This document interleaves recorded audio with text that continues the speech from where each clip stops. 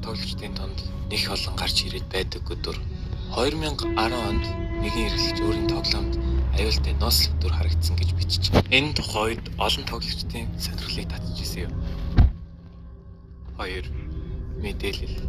Herobrine Steve шиг харагддаг. Гэхдээ цагаан бөгөөд хоосон нүдтэй. Тэрээр тоглогчдын дэлхийд зочилж, сонин бүтэц барьж, ойртох үедээ алга болдог гэж ярьдаг.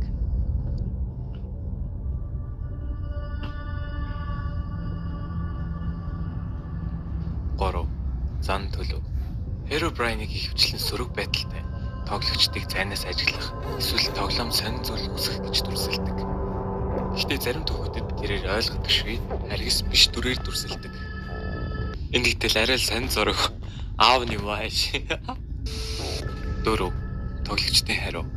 2010 оноос хойш Minecraft-ийн тоглогчид өөрсдийн үзсэн зүйлсийг хоорондоо хуваалцаж Herobrine-ийн домог, нэр алдар, улам өргөжсөн. 5. Чиний мэдэх ёстой зүйл. Хэрвээ чи тоглож байгаад эсвэл чиний үздэг стример тоглож байхыг харах юм бол ийм модтой тарах юм бол Herobrine-ийн байгаа гэж яаралтай сануулах хэрэгтэй. Herobrine гарч ирэхдээ ихэвчлэн аим шиндүү гаргадаг. Мөн хинч харагдахгүй байхад ойр хавьд ч хүлэн чимээ гаргадаг. Чимээ зүгээр л гэртээ авдраа хот ч юм уу ямар нэг юм хийж яхад хаалгах жоон говьл бити гайхаарай. Энэ бол Herobrine.